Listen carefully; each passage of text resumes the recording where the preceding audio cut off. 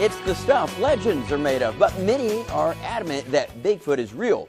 And last weekend in Jefferson, Texas, there was a conference on nothing but. Most people think of Bigfoot because, they walk on their hind legs. They walk like us, and they leave impressions. And so when people stumbled across these, they said, that's a Bigfoot. And that's kind of how the name happened back in 1958. They said, oh, that's a Bigfoot. So they called the creature Bigfoot. The 7th annual Texas Bigfoot Conference was held this past weekend. Officially, this is a Star Wars costume. I am actually a Wookiee, and I'm pretending to be a Sasquatch. Tanya Knight came in from Burleson to learn more about Bigfoot, including the now famous footage showing an alleged Bigfoot.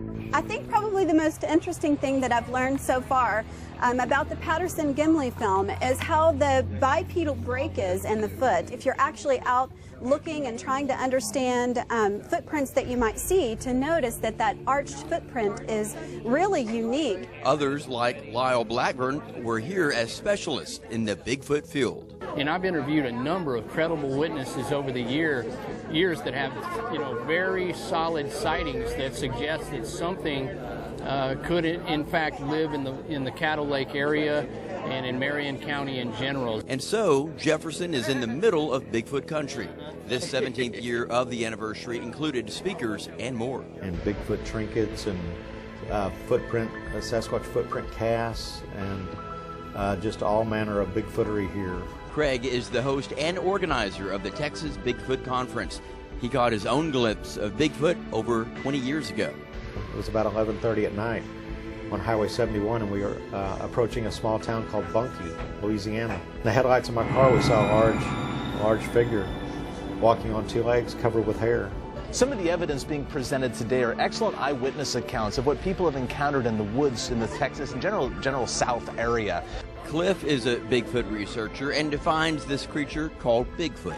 Sasquatches are usually described as man-like humanoid sort of things covered in hair, ranging from 6 to about 8 feet tall. He says many sightings have occurred right here in the South. Most of the sightings here in the South happen along riverways. Like Southeast Texas, for example, is a very, very wet area, the Sabine River, like the border of Louisiana. All of these areas hold Sasquatches because they hold habitat. So far, the genuine Bigfoot has been a little elusive. Well, the fact that, we don't have a physical specimen of the creature obviously is a problem. They're faster than us, they're better in the woods than us, and they're probably 6 to 12 times stronger than us. Actually, how do you catch a thing that's almost as smart as us that has hands? It's going to be next to impossible. This may explain why Bigfoot researchers and authors have not claimed even one physical encounter. I've had one sighting through a thermal imager in North Carolina in Uwharrie National Forest. However, just because I've only laid my eyes on one time doesn't mean that I haven't encountered them before. I've never had a sighting where I could definitively say it was a Bigfoot. When I was in southern Arkansas on a bayou and heard a very, very strange howl while we were on a canoe out there.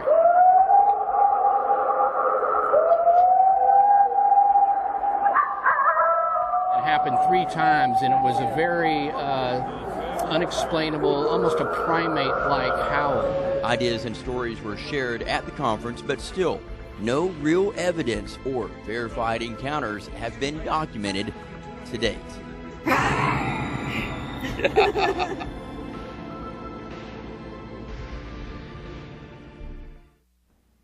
Cliff also says if you're outdoors and smell something he describes as skunky or wet dog-like, watch out. Bigfoot may be close. For more information on Bigfoot, just go to ktbs.com and scientists trying to figure out the Sasquatch riddle. Then they figured out it was a missing link. Scientists have proven that the Sasquatch is real. Take a look at the plaster cast of his foot, now you know he's real. Listen real close to the audio tape, not human, now you know he's real. Couldn't be a man.